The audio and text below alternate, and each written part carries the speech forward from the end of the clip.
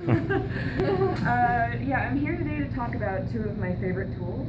I use them so I've worked as a data analyst, as a data scientist, and as a data engineer, kind of fluidly in my last couple of jobs. But with all of those jobs, I've always used this tool, Jupyter and Pandas. And there's a lot of interest in data science or data engineering work, but we hear about sexy things like machine learning and complex models, but most of the time when somebody comes up to you and says like, hey, I want to give you a lot of money to build a beautiful visualization that gives me insight into how my company works. And you're like, cool, I can do that. I know Python, I know all these things. What's your data? And they're like, we have an Excel file. It's 8 years old, there's no documentation, we don't know how we gathered it, and you're like, okay, it's fine. Now I know why I'm getting the money. So the beginning of all of these processes, whether for analysis or for engineering, requires being able to get messy data in Redshift or as a CSV, in Excel, whatever, and what's called cleaning it or munging it. ¿Cómo se dice en español? Munging, like, Wow. no existe, right? It's like, No. es como limpiado, yeah. So you say limpio los datos, or Yeah. it sounds weird, but Limpiar yeah. That's Sometimes I call myself a data janitor.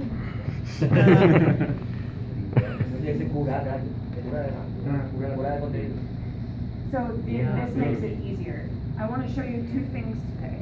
One is the environment in which I'm working, called Jupyter Notebook, or previously IPython Notebook.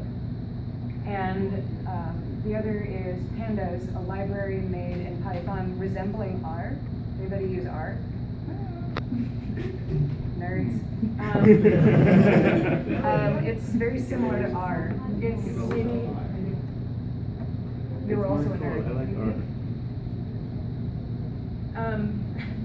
It's not as Pythonic. Well, I think there's a resistance built in, but I don't see how I can modify it. Now I'm taking stuff off, it's fine, right? Anyway, I'm just short, stand on this. Right, okay, I'll stop messing around. So these are the only imports you need. There are a lot of powerful things you can use, but I wanted to make it as small as possible. So here, I'm not going to go over this because we have limited time. It's just describing why it's useful to have notebooks. Is anybody here a scientist? Researcher? School? Interesting. What's the composition here? Like, what do people, engineers?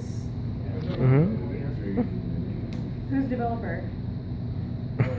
Everyone's a developer. Okay, well, I'm glad you're still listening to me. I'm sorry. This is just about data.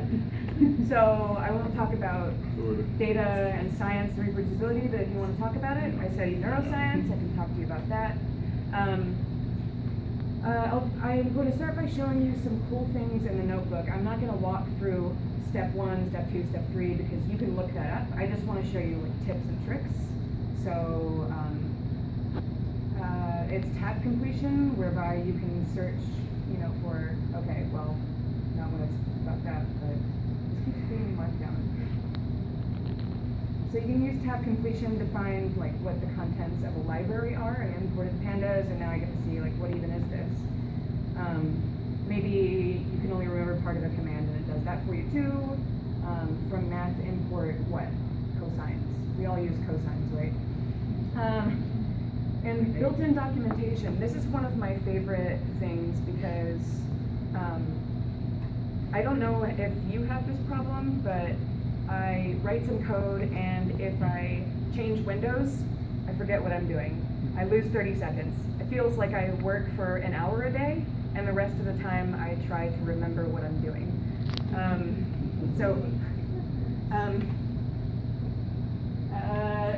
¿Cómo se dice? Like, recordar? Like, remember? Yeah, es difícil recordar que debo hacer en mi trabajo. Puedo trabajar para una hora y para 7 horas trato de recordar que debo hacer. So documentation is here with question mark.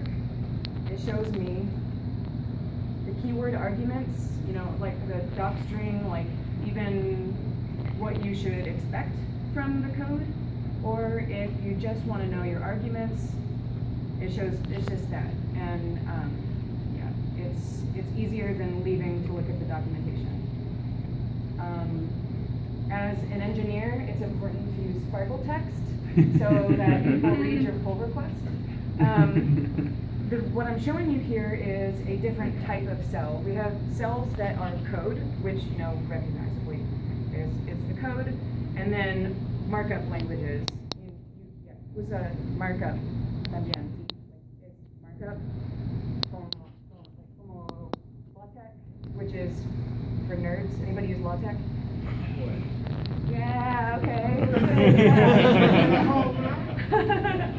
And syntax highlighting for other languages. Just like it's very like GitHub Markdown. It's Markdown with a couple of extra fun things. So a cell can be code, Markdown, this called MV convert, which is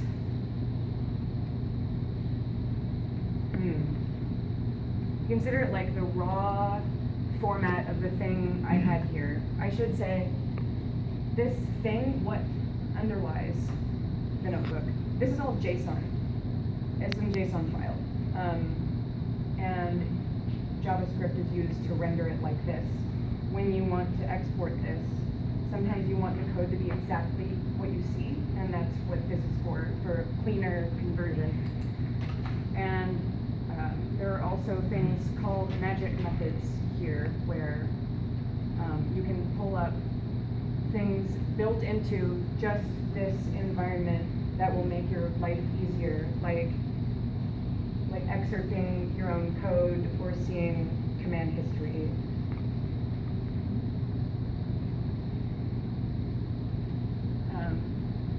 Is this okay? Is this clear so far? Okay. All of this, you know, by the way, everything is, oh, wrong browser. Let's just pause for a minute. If it's easier, nope. Nope. See, this is not even live coding. I can't even use the internet. Okay. You can go here and just download it and just use it all yourself. So if anything doesn't make sense here, you can pull it down and do whatever you want on your own.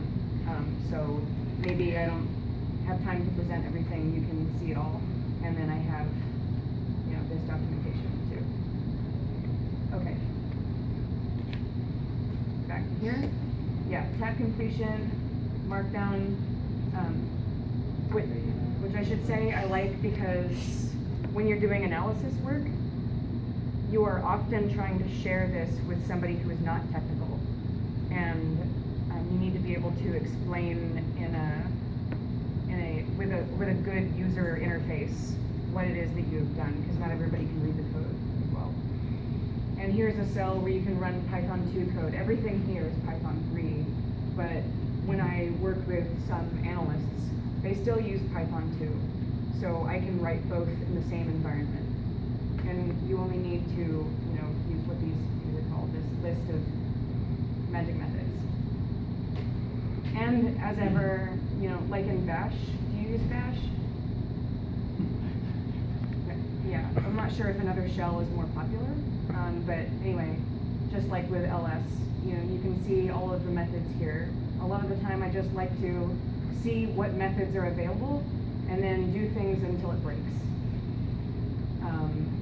And then you also have multimedia. You can embed images, GIFs, whatever, again, for sometimes sharing a video about, like with a client, about how this code is supposed to work, for example, and sharing.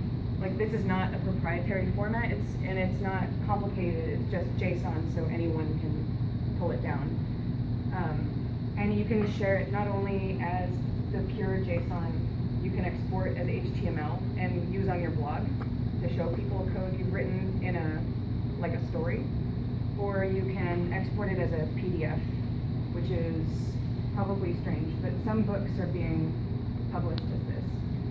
And then you can use shell commands, so if I want to see, the contents of my directory, I can do that. Any shell command works, or bash command works in here, I'm not sure it's all. And then keyboard shortcuts, so like, who uses Emacs? Yeah. No, then, yeah. I'm gonna start a war here. No, let's not start the war. Don't mention the war. You can make your own commands, like you can customize your experience with this by writing your own commands, or you have a lot of commands here. You know, it's possible to do everything you need without using the mouse at all. Okay, next I'm going to take you through, I probably don't have time to do all of it, I'm not going to do all of it. I'm just going to run quickly through pandas and what it can do, because if I go too quickly here, you can run it locally, and you'll know what I'm attempting.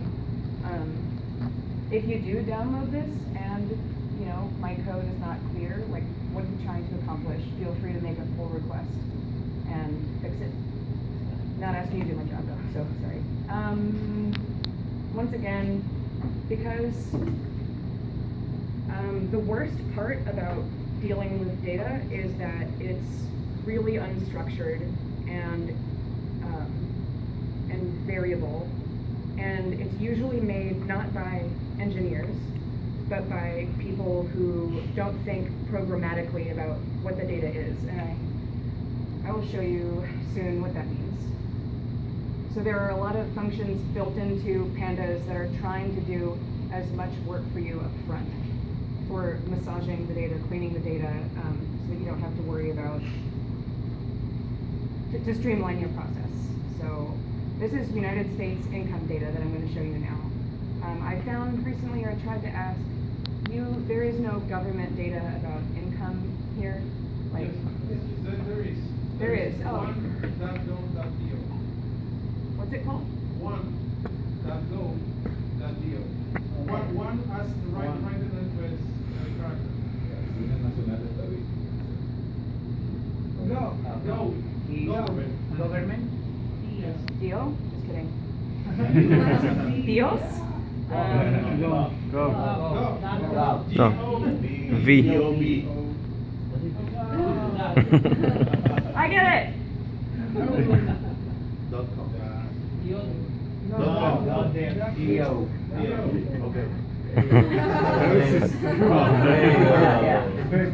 This is like mob programming you used.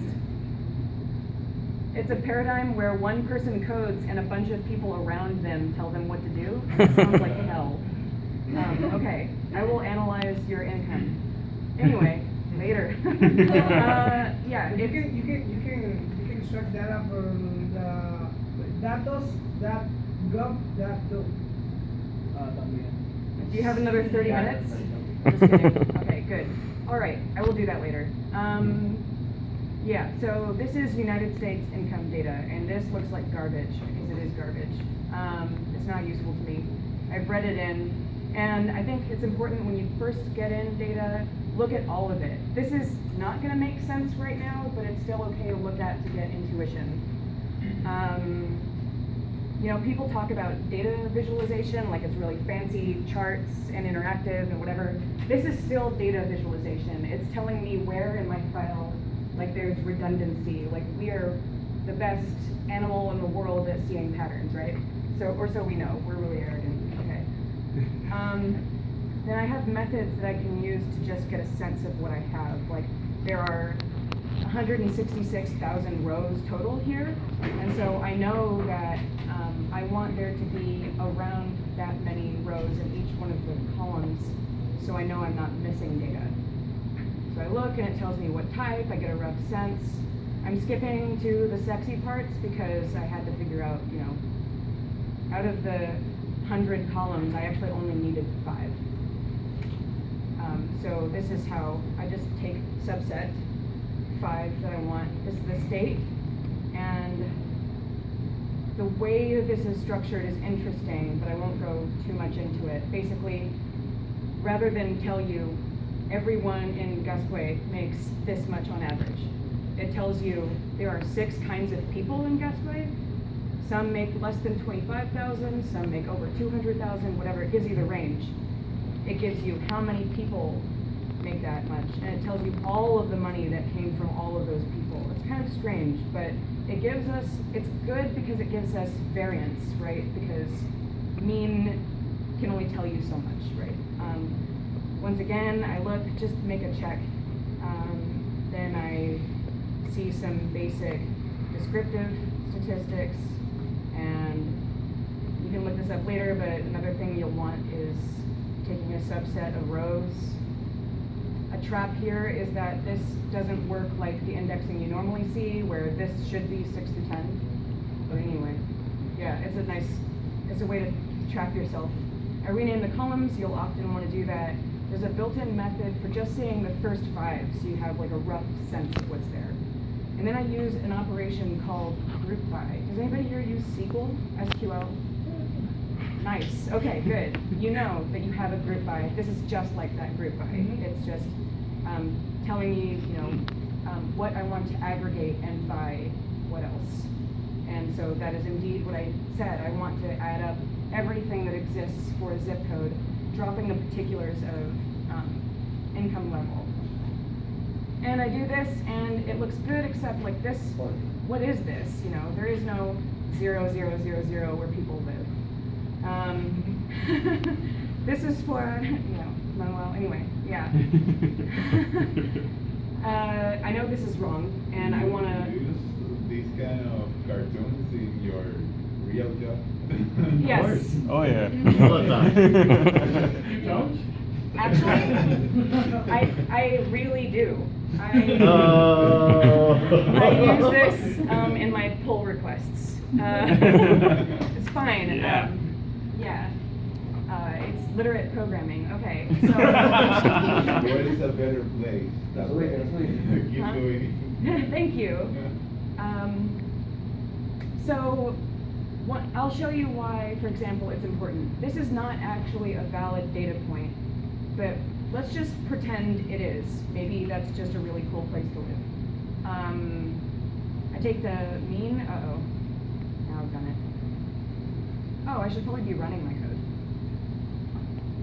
BRB. Yep. It's a lot of data. What was that? Right. Looks like on average, 10,000 people live in a postal code.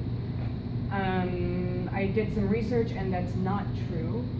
I think 9999 is Puerto Rico, but like other territories, it's not valid. Long story short, not valid. So instead, I use this property that I think is really powerful. Making everything a nan. I've used it so long, I don't know how general it is. Nan is a NumPy and Pandas thing. Okay, cool. Yeah. I don't want to pretend this didn't exist in the data set, because, for example, if I came back, I would think, like, what happened to that first row that existed here? I just want to assign nan to it so that I know that this is not valid. I guess I could have assigned nan to everything.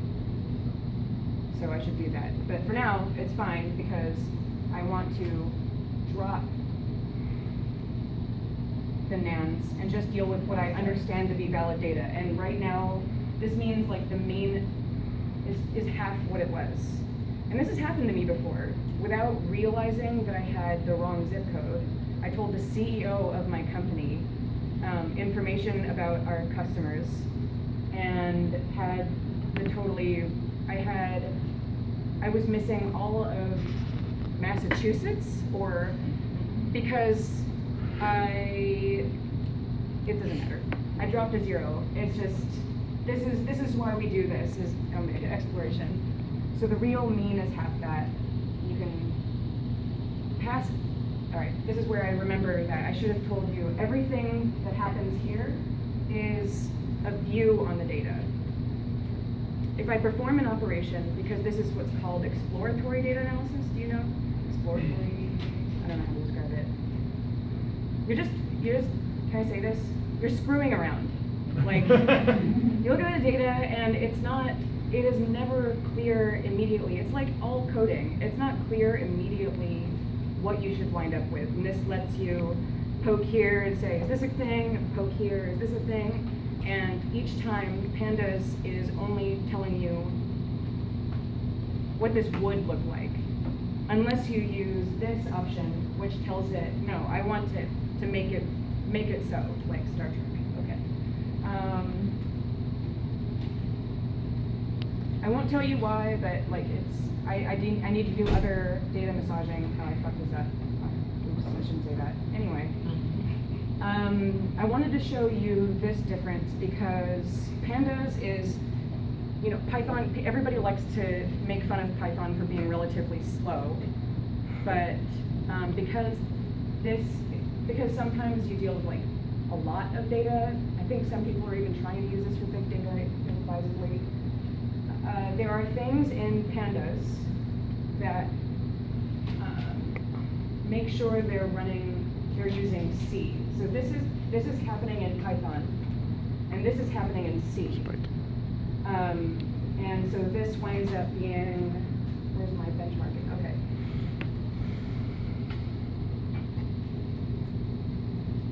So yeah, microseconds and milliseconds.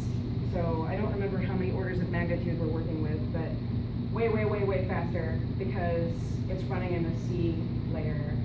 And you can look up the documentation about when we should do one or the The other. difference is 1 to 1,000. 1 to 1,000. Dang. There's 300 to 1. Nice. Yeah. Yeah, but don't forget about apply because it allows you to write apply, and this anonymous function allow you to write, you know, whatever function you want, and then apply it to every value in the data set, which you'll often do. But sometimes it's as simple as multiplication, and you do this because it's faster and it's also easier to read. All right, this is the bottom of our data again. I'm just gonna skip through this. I am getting pedantic and doing a lot of garbage right now. The short story is that I took all of these aggregates and it was really cool, but it's not like, but nobody wants to hear like, oh, do you know 97215? Like nobody knows that their friend is a 97215. You wanna say like Santo Domingo income versus like Dominicana, right? So that's what I'm doing here. I wanna restructure the data so that, no, okay. Okay, this is the thing that happened. I'm just gonna run everything. So I accidentally had the chance right now to show you, you can run all of your code at once with this.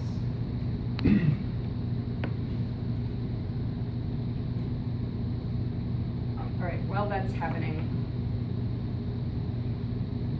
maybe I clear out, but you can also perform a join in Pandas, just like in SQL. There's the syntax, it's a little particular because join and merge are different in Python or in Pandas. This isn't running and I don't know why. Cool, now you have a glimpse of my job. It's a question mark. Huh?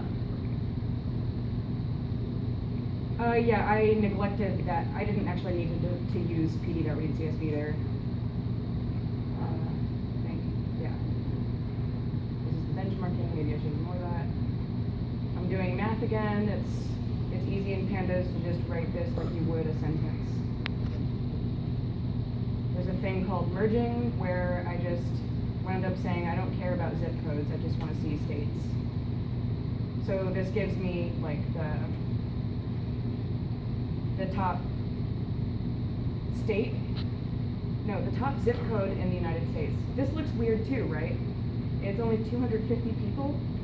and I thought that it was an error in my data, but it turns out there is an island off the coast of Florida where only super rich people live. So I think I should just go there, and, like, offer to clean their cabana or something. But yeah, I looked it up, and it's just a tiny island of very rich people. Then I wound up aggregating it by state, and so you can see DC, which is where the nation's capital is, has the wealthiest people on average. And there's probably something really, there might be outliers or whatever, but I didn't investigate it that far. And then I looked at the top 5 states, and with just the plot method, I can easily visualize what I have. I'm not going to walk you through this because I've already taken too much time, but I wanted to show you, I was interested in the Dominican Republic, and having heard that from a guidebook that there's more tourism lately, that I wanted to know if that's true. And this is apparently what they found. This is an international organization, and this is what the Dominican Republic looks like now. Does this seem right? Yeah. Whoa. Your secret is out. Yeah. It's from like about 1.75 million to 3 million more a year. Yeah, me. Yeah. So